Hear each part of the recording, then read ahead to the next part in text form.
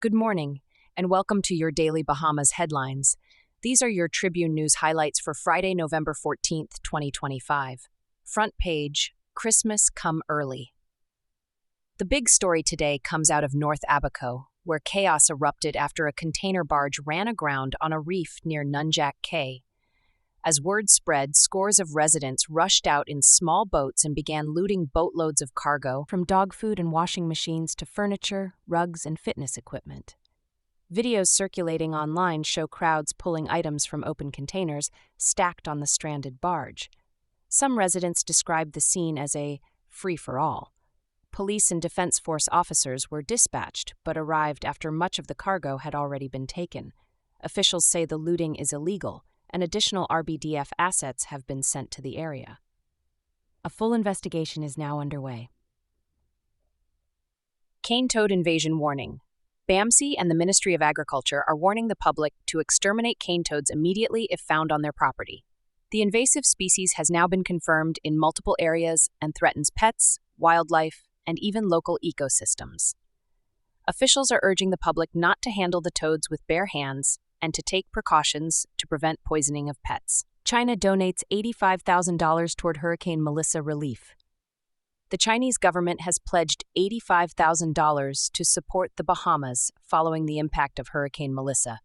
Officials say the funds will contribute to national disaster readiness and humanitarian relief efforts. Business News Doctors Hospital reports higher profits despite muted earnings. Doctors Hospital has posted a 29% rise in profits, with income increasing from $2.7 million to $3.4 million year over year. However, executives say earnings feel muted, noting that the company still has significant work to do, especially with expansion efforts and the upcoming kidney center integration. Bahamas eyes 20% cheaper meat prices. The Bahamas Trade Commission is launching a plan to cut middleman markups by directly importing meat from Latin America and Brazil. The goal is to reduce grocery prices for consumers by at least 20%. Small business community pushes to keep politics away. Advocates say government must protect entrepreneurs from political interference. They want small business policy reforms to remain stable and non-political. Cruise industry competition.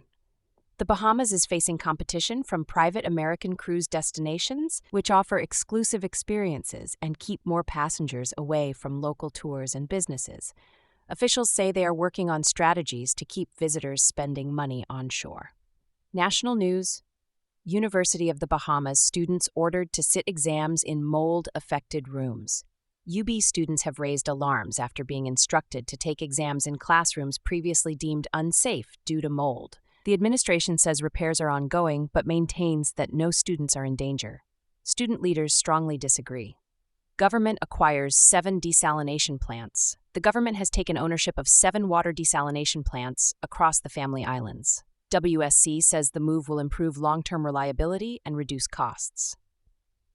U.S. visa process tightens. Health conditions, now a factor. New U.S. immigration rules mean that medical issues, including chronic illness, mental health conditions, and the ability to pay medical costs, may now influence visa approvals. Applicants may be asked to prove they won't become a public charge. Courts and crime. Prosecution closes its case in the 2022 murder trial of Emmanuel Manny Brown. A man testifies that he recognized shooters from a 2022 attack on East Street. A murder suspect's bail request was denied, citing safety concerns. A jury was dismissed after a defendant claimed he once worked with one of the jurors. Politics. FNM holds rally in Golden Isles. The Free National Movement packed out Dignity Gardens last night, rallying behind Golden Isles candidate Brian Brown.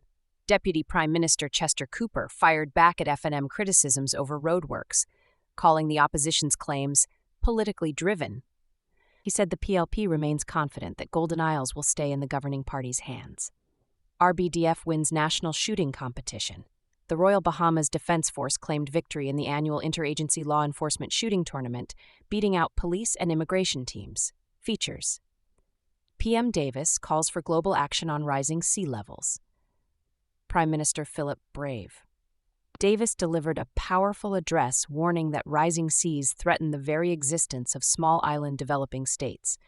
He urged global leaders to provide fair, just, and tangible support for countries on the front lines of climate change. Teen entrepreneur turns lunch money into a boutique. A 19-year-old Bahamian entrepreneur has opened a small boutique after saving her high school lunch money and reinvesting it into her dream business. She now designs clothing, sells accessories, and hopes to expand her brand. Editorial and letters.